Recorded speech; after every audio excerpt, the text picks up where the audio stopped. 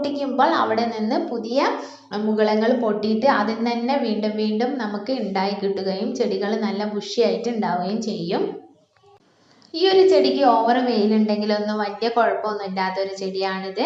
പിന്നെ ദിവസം ഒരു നേരമെങ്കിലും ഇത് നനച്ച് കൊടുക്കണം. പിന്നെ നട്ട് കൊടുക്കുമ്പോൾ ഞാൻ ആദ്യം സ്ഥിരം പറയാറുള്ളത് പോലെ തന്നെ ചാണകപ്പൊടിയും മണ്ണും കൂടെ യോജിപ്പിച്ചിട്ട് വേണം ഇത് നട്ട് കൊടുക്കാനായിട്ട്.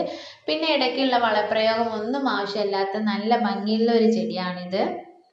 പിന്നെ ഈ ഒരു ചെടിയുടെ ഇല കാണാൻ നല്ലൊരു പ്രത്യേക ഭംഗിയാണ്. ഇത് നല്ല റൗണ്ടും അല്ല, പിന്നെ മറ്റൊരു പ്രത്യേക ഒരു ഷേപ്പായിട്ടുള്ള ഒരു നല്ലൊരു ചെടിയാണിത്. പിന്നെ ഇതിൽ നിന്ന് പറയുന്നത് അത് ഓവർ വെയിലുണ്ടെങ്കിൽ അങ്ങനെ ഒരു പ്രശ്നം ഈ ഒരു ചെടിക്കില്ല. അതുകൊണ്ട് തന്നെ നമ്മളിത് നട്ട് കൊടുക്കുമ്പോൾ മാത്രം ഒന്ന് ജസ്റ്റ് ഒന്ന് ശ്രദ്ധിച്ചാൽ മതി. പിന്നെ നമ്മൾ ഈ വെയിലത്ത് നിന്നിട്ടുണ്ടെങ്കിലും ഈ ചെടിക്ക് പ്രത്യേകിച്ച് നമുക്ക് അങ്ങനെ നശിച്ചു പോകുന്ന യാതൊരു പ്രശ്നങ്ങളും വരുന്നില്ല. ഇതേപോലെ ഒരു നല്ല വീഡിയോ ആയിട്ട് വീണ്ടും കാണാം.